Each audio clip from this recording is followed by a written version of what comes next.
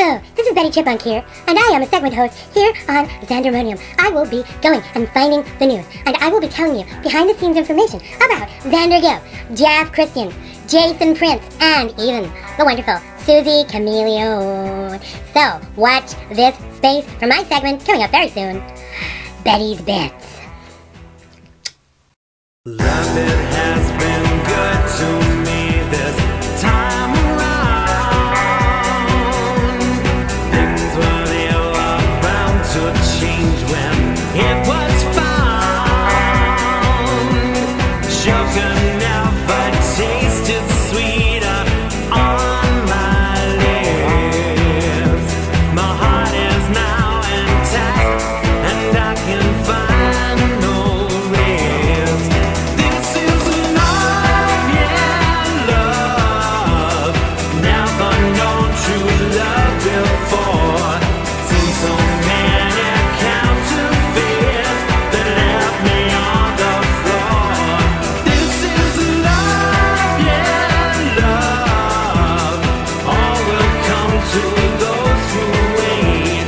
Time it cannot blow the bounds, and eras don't dictate. Hello and welcome to Xandermonium, the talk show that gets you talking. I'm Xander Gibb, and on today's show, London Calling with the fabulous Jeff Kristian and Jason Prince, who talks to DJs Phil Marriott, Double R, Double T, and Rich B. I'll be getting on my soapbox just for a change and more of your questions in Ask Xander. More to come in a mere moment. So you can interact with me via Twitter. You can tweet me at Xander Gibb, XanderGibb, capital X, capital G. Don't forget the all-important @ symbol. Now make sure you follow to keep up to date with what's going on with the show and a plethora of mind-blowing information. And now it's time for London Calling. Can you hear me, Jeff?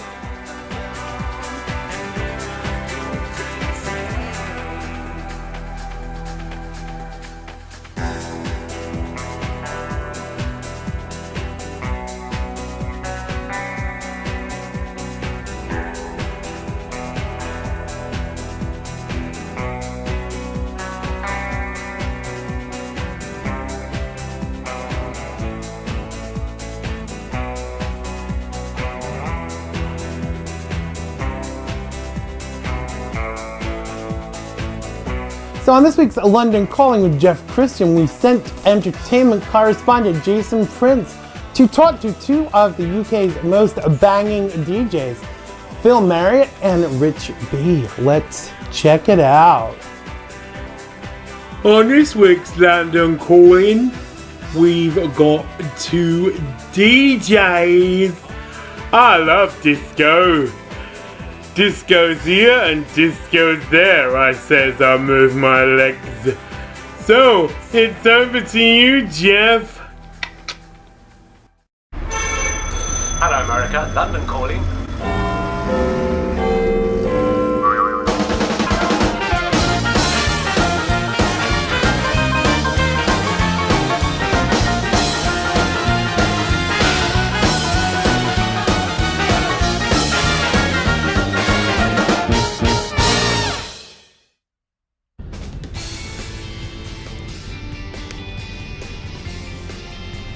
Why have one cream cake when you can have two? Why have one something fabulous when you can have two instead? It's a philosophy for life.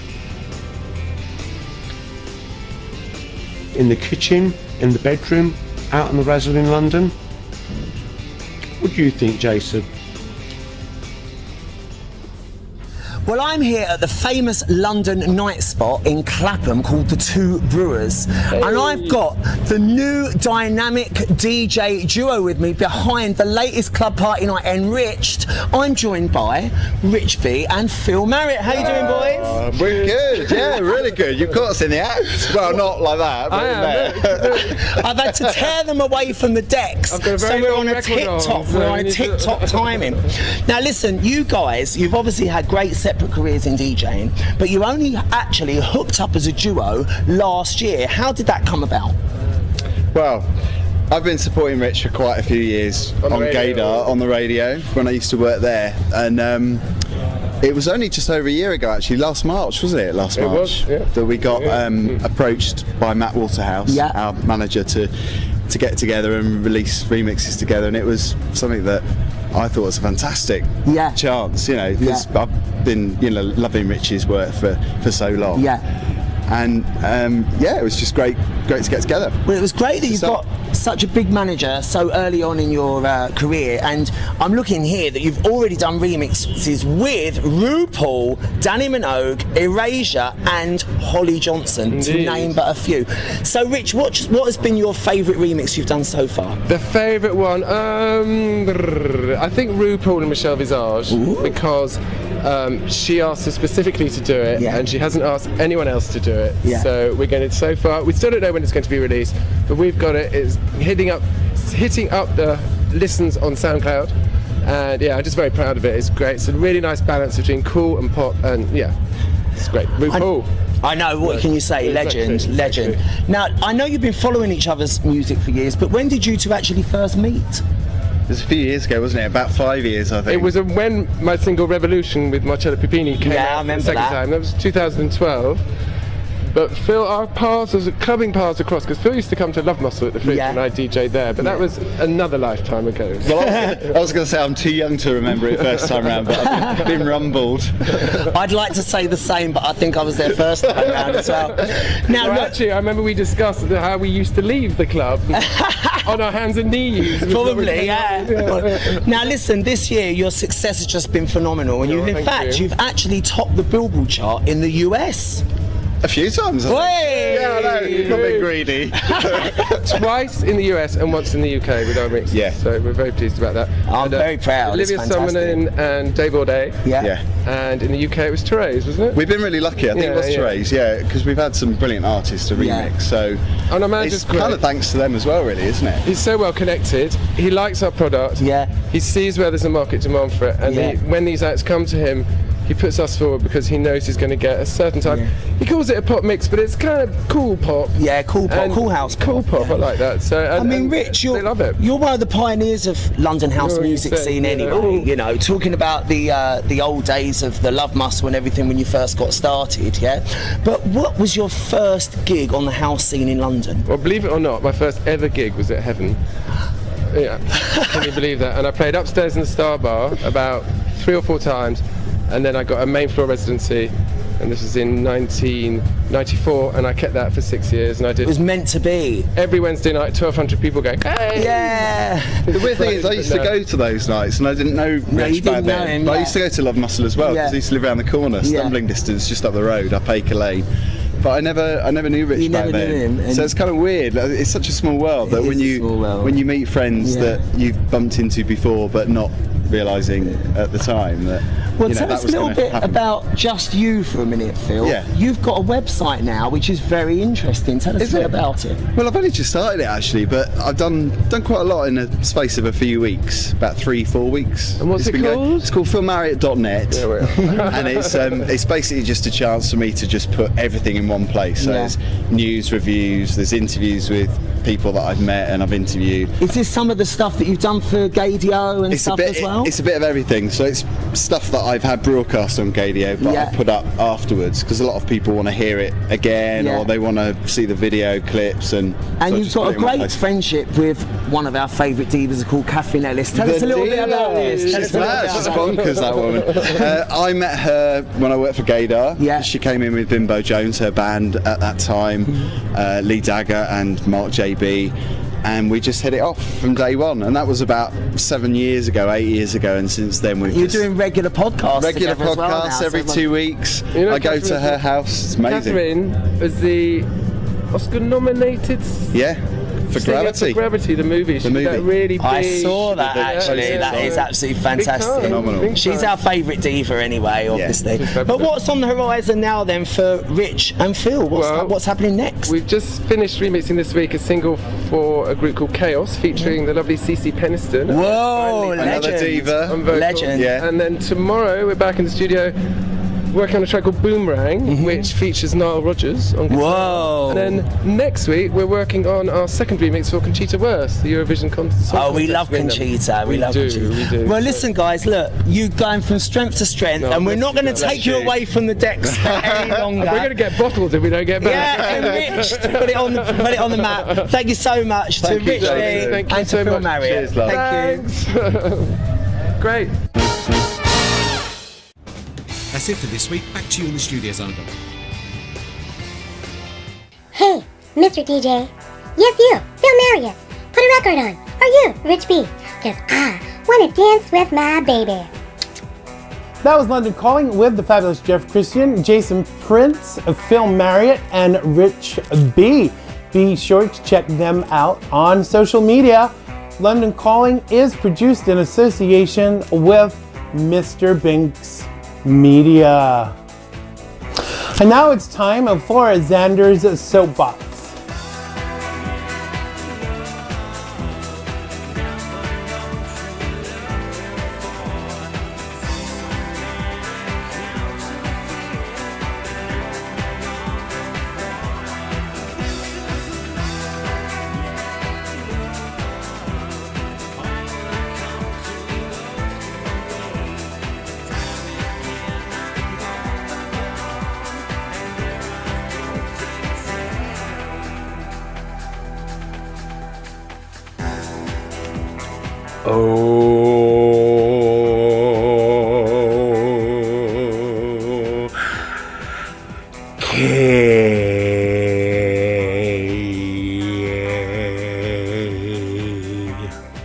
So on today's Soapbox, I want to talk about addiction and the level of response society as a whole gives to addicts. Now, in reality, addiction is an illness, and some addictions will clearly kill you quicker than others. And while some are running to the drug dealer, others are running to the refrigerator. Now, it's easy to think some addictions are actually worse than others, but addiction is addiction. Now, in essence, addiction is about running away from one thing or another and identifying a way to cope with things in one's life that are not easy to deal with. Now, while society seems to want to punish addicts before they treat them, the concern is that without breaking the cycle, nothing ever changes. So as someone who's suffered with addictions, and still do to an extent, I understand the complexities and the effects that they can bring. Now, in the mid-90s when I lived in London, I used cannabis for pain relief, and like most people, I thought that, yes, it was non-addictive. And I even laughed at the fact that people said it was a gateway drug. Now, I only used it occasionally to begin with, and that was cool. And people saw it as cool if you smoked marijuana, Mary Jane, and all these other harmless names that people have for it. But the reality was, the more I used it, the more I had to use it. Now, as someone who had always steered away from drugs, it was unthinkable that I could ever be considered an addict. And surely cannabis was a herb, right? So totally good for you. But in reality, it wasn't true. Now, the addictive potential with long-term marijuana abuse can lead to addiction. Long-term marijuana abusers trying to quit report irritability, sleeplessness, decreased appetite, anxiety, and drug craving, all of which make it difficult to quit. Now, cancer is also a risk, although it's hard to find out whether marijuana alone causes cancer, because many people who smoke marijuana usually do so with tobacco, which obviously contains nicotine and other harmful substances even.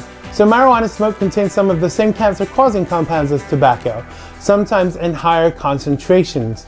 Now, tobacco smoke and marijuana smoke may work together to change the tissue lining of the respiratory tract. Marijuana smoking could contribute to the early development of head and neck cancer in some people. Now, I credit smoking marijuana to the breathing issues that I have today. And studies have shown an association between chronic marijuana use and increased rates of anxiety, depression, suicidal ideation, and schizophrenia. So some of these studies have shown age at first use to be a factor, where early use is a marker of vulnerability to later problems. Now, one study found that abusers' risk of heart attack more than quadruples in the first hour after smoking marijuana. The researchers suggest that an outcome might occur from marijuana's effect on blood pressure and heart rate and reduced oxygen carrying capacity of blood. Now, research clearly demonstrates that marijuana has the potential to cause problems in daily life or to make a person's existing problems worse.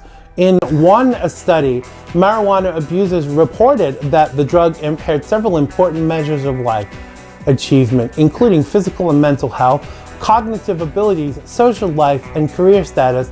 And several studies associate workers' marijuana smoking with increased absences, tardiness, accidents, workers' compensation claims, and job turnover. Now, as someone who had always been anti-drugs, weed was a gateway, and I experimented with cocaine. After the third time of using it, I got very scared and had palpitations, and that was it for me. I turned my back on drugs, except for food, of course, which for some people, including myself, can be a drug.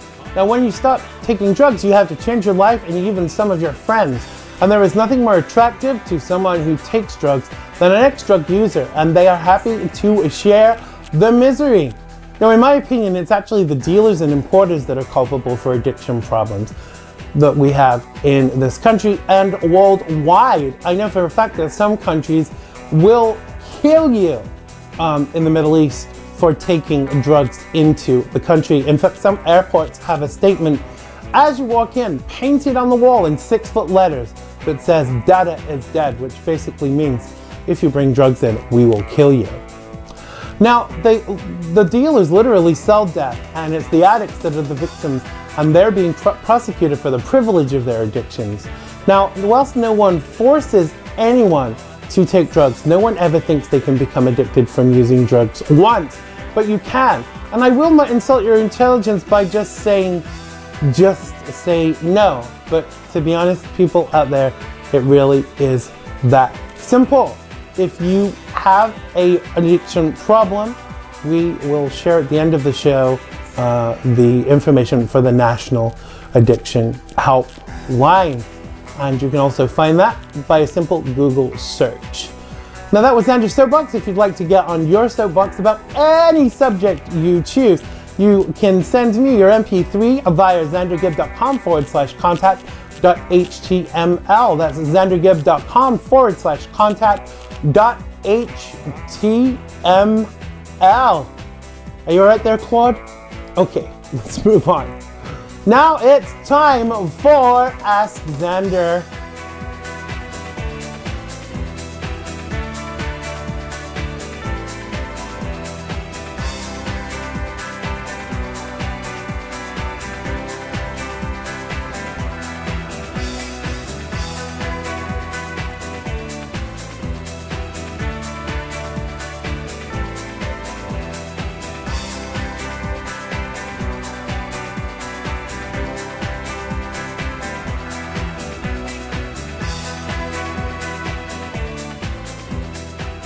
Yes, Xander, I have a question. This is Betty here from the Betty Fits segment. I want to know if you're dating anyone right now and if you would like to take me out for dinner. Now, if you're not available, I will consider lunch with Jason Prince. Okay? What is your answer?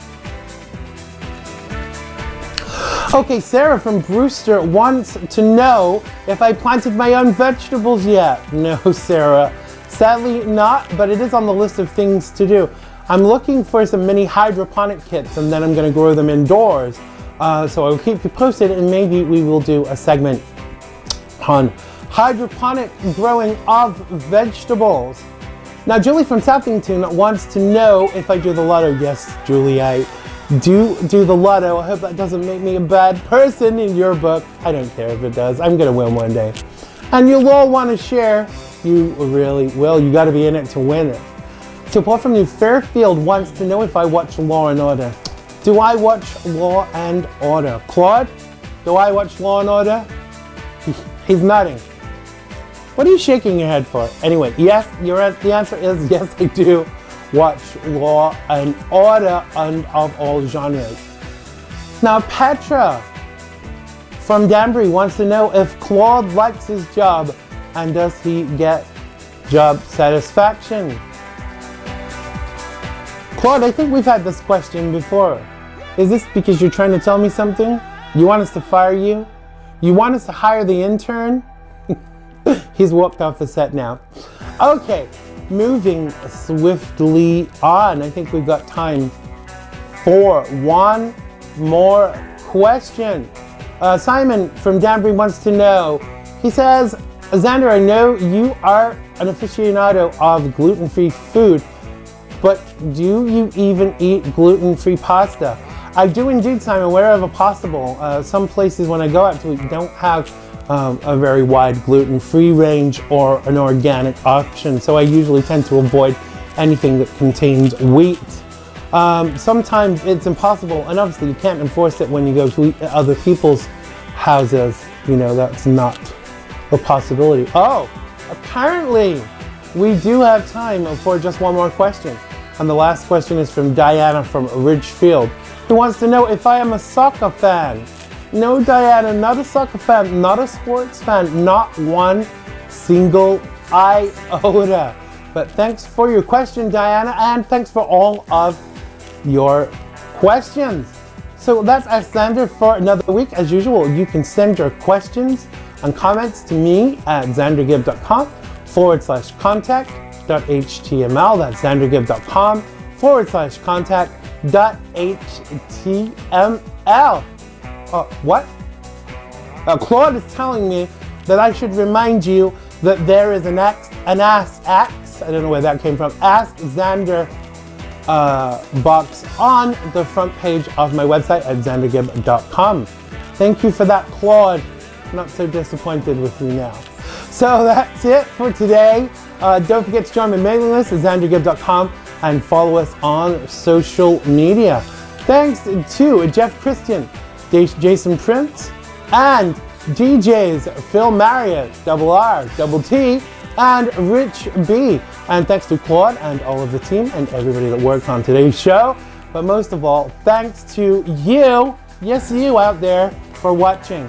See you next time on Xandermonium, and I really do love you all. Bye-bye. Hello, it's me.